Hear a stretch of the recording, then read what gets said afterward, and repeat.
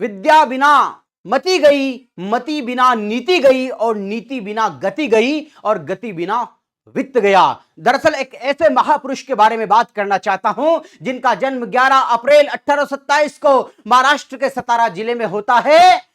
एक ऐसे परिवार से आते हैं जिनके परिवार में फूलों का काम किया जाता था, इसलिए इन्हें महात्मा ज्योतिराव गोविंदराव फुले कहा गया। माली समाज के महात्मा और पूरे हिंदुस्तान के महात्मा, जिन्होंने स्त्री शिक्षा के लिए, दलितों के लिए, वंचितों के लिए और विधवाओं के लिए जबरदस्त काम किया कि महात्मा गांधी से पहले इन्हें महात्मा की उपाधि मिली। जिन्होंने 24 सितंबर 1874 को इस देश के लिए सत्य शोधक समाज की स्थापना की, जिन्होंने सेल्फ डिग्निटी मूवमेंट, आत्मसम्मान आंदोलन चलाया, जिन्होंने दीन बंधु नामक पत्रिका चलाई और इस देश के किसानों को जागृत करने के लिए किसान का कोड़ा, और देश के वंचितों को जागृत करने के लिए गुलामगिरी, और छत्रपति शिवाजी को याद करने के लिए छत्रपति शिवाजी, तृतीय रत्न और अस्पृश्यता की कैफियत जैसी महान किताबें लिखी, कई गजलें लिखी। दरअसल इन्होंने जो प्रेरणा ली, ये किताबें इनके द्वारा लिखी गई, इशारा, अछूतों की कैफियत, गुलामगिरी,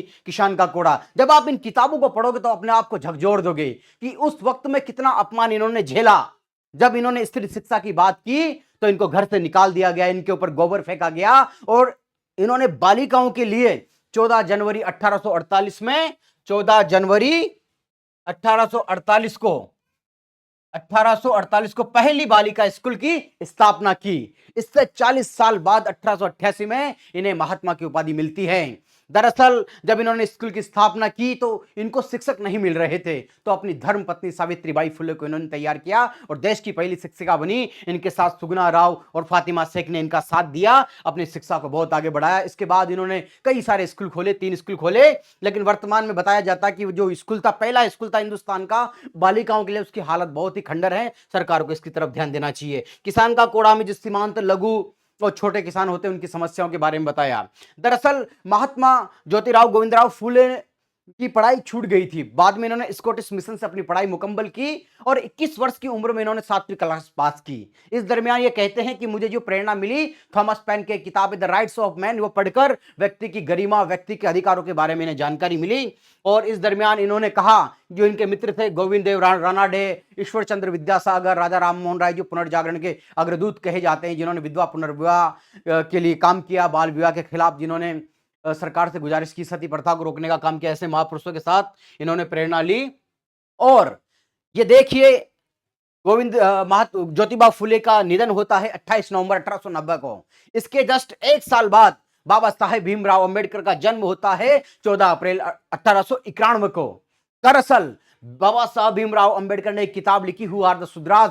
सुद्राज कौन? उसमें ये कहते हैं कि मेरे 3 आदर्श पुरुष हैं, जिसमें गौतम बुद्ध के लिए कहा इन्होंने, और एक व्यक्ति का नाम बताया जिसे इन्होंने गोविंद ज्योतिराव फुले कहा, महात्मा फुले कहा। इन्होंने उन्हें अपना आदर्श बताया। इन्होंने कहा कि मैंने उस व्यक्ति से प्रेरणा ली है। सच्चे समाज सुधारक तो केवल ज्योतिबा फुले थे, और बाकी सब समाज सुधारक परिवार सुधारक थे, तथाकथित परिवार सुधारक थे, ऐसा इन्होंने कहा। और महात्मा, सच्चे महात्मा ज्योतिबा फुले के लिए कहा। माली समाज के महात्मा, जो केवल माली समाज के नहीं हैं बल्कि अपने पूरे हिंदुस्तान के महात्मा हैं, और जिन्होंने इस देश के लिए शिक्षा की क्रांति जगाई, अलग जगाई, और दलितों को, वंचितों को जागरूक किया। और हमें ऐसे महापुरुषों के बारे में जानना चाहिए, उनकी कहानियां, कथाएं सब लोगों को बतानी चाहिए।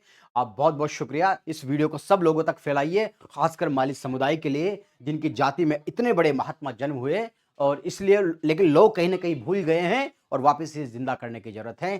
Salute to the great hero of our India, जिन्होंने शिक्षा के प्रति काम किया। जय हिंद, जय भारत।